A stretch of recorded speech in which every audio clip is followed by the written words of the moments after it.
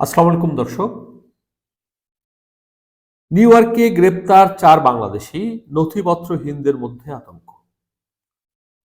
ইতিমধ্যেই ট্রাম্প প্রশাসন অবৈধ যে অভিবাসী তাদের উপর আক্রমণ শুরু করেছে এবং তার যে প্রশাসন তারা সে কাজটি শুরু করেছে। পথে প্রান্তরে এবং রেস্তোরাঁয়, বিভিন্ন জায়গায়, কারখানায় তারা এই তল্লাশি শুরু করেছে এবং তাদেরকে গ্রেপ্তার করছে। ফলে আমাদের যে বাংলাদেশি যে সমস্ত অবৈধ অভিবাসী তাদের উপর একটি আক্রমণ শুরু হয়েছে এবং ইতিমধ্যেই ৪ জন গ্রেপ্তার হয়েছে। আমি সেরকম একটি নিউজ আপনাদের সামনে পড়ে শোনাচ্ছি। কয়েকদিন আগেও যুক্তরাষ্ট্রে বাঙালি অধ্যুষিত এলাকা, সড়ক ও রেস্তোরাঁয় অসংখ্য মানুষের ভিড় দেখা যেত। বাংলাদেশিদের ভিড়ে হোটেল রেস্তোরাঁয় গিজগিজ করত। ডোনাল্ড ট্রাম্প প্রেসিডেন্ট নির্বাচিত হওয়ার পর থেকে সেখানে ভিড় কমতে থাকে। বর্তমানে সেখানে তেমন একটা ভিড় নেই বললেই চলে। বিশেষ করে ট্রাম্প প্রেসিডেন্ট হিসেবে শপথ নেওয়ার পর থেকে সেখানে যেন মানুষের বড্ড অভাব। সেখানকার মানুষের মধ্যে উদ্বেগ আর আতঙ্ক ছড়িয়ে পড়েছে। সেখানে বাড়ানো হয়েছে নিরাপত্তা বাহিনীর টহল। ডোনাল্ড ট্রাম্প দ্বিতীয়বার প্রেসিডেন্ট হিসেবে শপথ নেওয়ার পর থেকে আতঙ্কে আছেন নথিপত্রহীন অবৈধ অভিবাসীরা।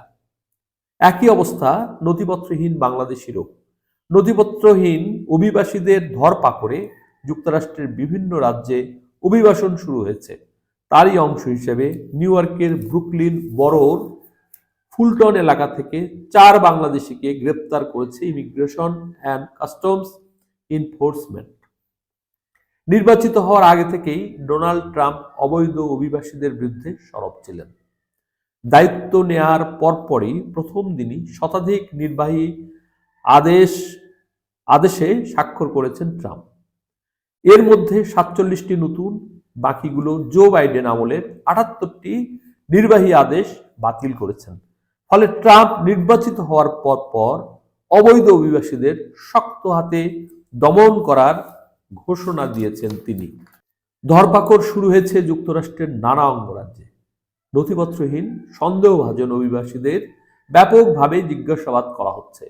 নিউ ইয়র্কে অভিবাসীদের নিয়ে কাজ করা আইন কর্মকর্তা খাদিজা মুনতাহা রুবা বলেন, নিউ ইয়র্কের ব্রুকলিন বরোর ফুলটন এলাকা থেকে আড্ডা দেওয়া অবস্থায় নথিপত্রহীন ৪ বাংলাদেশিকে গ্রেপ্তার করেছে আইস। তাদের মধ্যে একজনকে অসদাচরণের জন্য আটক করা হয়। আইন শৃঙ্খলা রক্ষায় নিয়োজিত কর্মকর্তারা এ সময় সাদা পোশাকে ছিলেন। নাম প্রকাশ না করার শর্তে প্রত্যক্ষদর্শী এবং বাংলাদেশি বলেন, ফুলটন এলাকায় আমরা আড্ডা দিচ্ছিলাম। অতর্কিতে সাদা পোশাকে কয়েকজন কর্মকর্তা এসে আমাদের পরিচয় পত্র দেখতে চান। একজন তাদেরকে সহায়তা করতে অস্বীকার করেন। প্রতিবাদী হয়ে বলেছিলেন, যুক্তরাষ্ট্রের ৫ম সংশোধনী অনুযায়ী তিনি তার পরিচয়পত্র দেখাতে বাধ্য নন।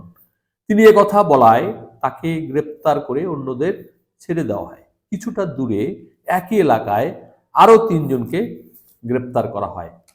যুক্তরাষ্ট্রে বসবাসরত বাংলাদেশি বংশোদ্ভূত এক অ্যাটর্নি বলেন, ট্রাম্পের বেশ কয়েকটি নির্বাহী আদেশে বাংলাদেশিরা ক্ষতিগ্রস্ত হতে পারেন।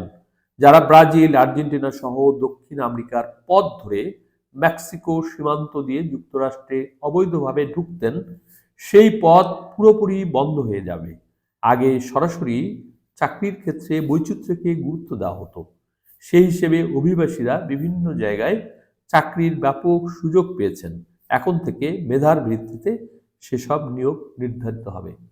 যারা ব্রাজিল, আমেরিকা সহ দক্ষিণ আমেরিকার পথ ধরে মেক্সিকো সীমান্ত দিয়ে যুক্তরাষ্ট্রে অবৈধভাবে ঢুকতেন, সেই পথ পুরোপুরি বন্ধ হয়ে যাবে।